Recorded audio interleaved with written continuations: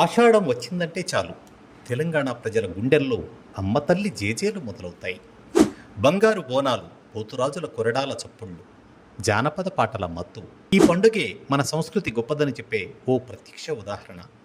ఇంతేకాదు, ఇది అమ్మవారికి మన ప్రేమ, భక్తి, సంతాపం కలగలిపిన ఓ మహోన్నత ఉత్సవం.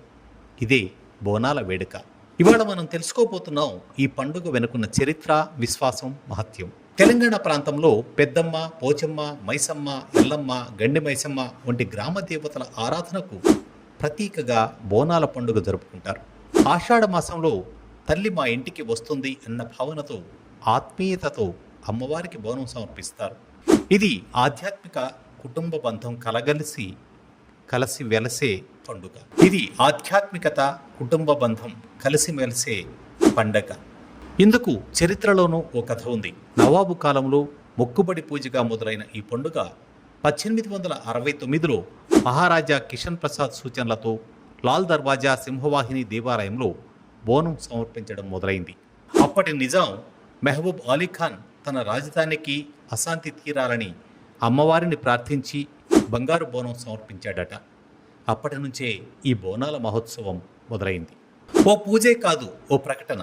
ప్రతి ఇంటికి అమ్మ తల్లి వాకిళ్ళు అడుగు పెడుతోందన్న ఆనందమే బోనాల సందడి. హైదరాబాద్ నుంచి సికింద్రాబాద్, గోల్కొండ నుంచి మహంకాళి వరకు ఊరంతా అమ్మవారి అడుగులే. బోనం అంటే ఏమిటి? ఇది అమ్మవారికి సమర్పించే నైవేద్యం. ఒక కొత్త మట్టి పాత్రను పసుపు నీళ్లతో శుద్ధి చేసి అందులో అన్నం, చక్కెర, జీలకర్ర పొడి వేసి పండ్లు, పూలతో అలంకరించి తలపై మోస్తారు. ఇది గ్రామ దేవతకు మనస్ఫూర్తిగా సమర్పించే పూజార్ఘ్యం. ఈ సందర్భంగా స్త్రీలు పట్టు చీరలు, జడలు, పూల హారాలతో నిండిన దృశ్యం ఓ కళాత్మక ప్రదర్శనలా ఉంటుంది. మంగళ వాయిద్యాలు, డప్పు, తాళాలు అన్నీ కలిసి అమ్మ తల్లి రాకకి మంగళహారంగా మారతాయి. బోనాల ఊరేగింపులో ప్రధాన ఆకర్షణ పోతురాజు. అమ్మవారి సోదరుడిగా భావించే పోతురాజు తలపైన పసుపు, గాజుల అలంకరణ, కట్టకళ్ళు, చేతిలో కొరడాతో ఊరంతా ఊపేస్తాడు. అతని అడుగులకు లయ, కొరడా చప్పుళ్లకు శక్తి ఉంటుంది. ప్రజలు ఆ కొరడా దెబ్బ తగలాలని కోరుకుంటారు. అది శుభప్రదం అంటారు. ఊరంతా ఒక్క ఊపిరిగా మారే ఈ బోనాల వేడుకలో గండిపేట గండెమ్మ, బోనాలంటే బోనాలాయే, మైసమ్మ మైసమ్మ వంటి పాటలు చెవుల్లో వినిపిస్తూ ఉంటే పాదాల్లో చెక్కులు పెట్టేలా చేస్తాయి. ఇది మన సంస్కృతి, సంగీతానికి ఓ ఉత్సవ కవిత్వం. గోల్కొండ జగదాంబికదే తొలి బోనం.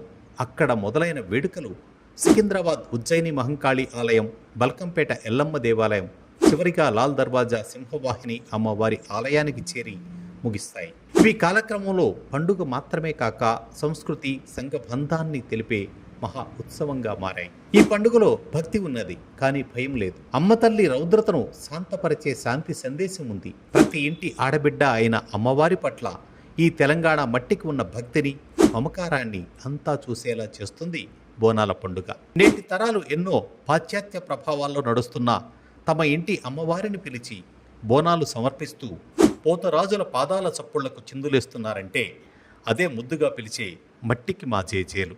బోనం ఒక నైవేద్యమే కాదు, అది భక్తిని మోస్తోన్న పూటన్నం. అది అమ్మవారి గుండెను తాకే పూజ. బోనాలు ఒక పండుగ కాదు, అది తెలంగాణ ఆత్మను మోసుకెళ్తున్న సాంస్కృతిక రథం. తల్లికి బోనాలు సమర్పించండి, కానీ మన సంస్కృతిని కూడా మన తలపై మోస్తూ తెచ్చుకుందామని మర్చిపోకండి. ఈ ఆషాఢ మాసం అందరికీ శాంతి, శుభం, సిరి సంపదను తెచ్చిపెట్టాలి. ఇదే మన ప్రార్థన. బోనాల జేజేలు. జై తెలంగాణ తల్లి.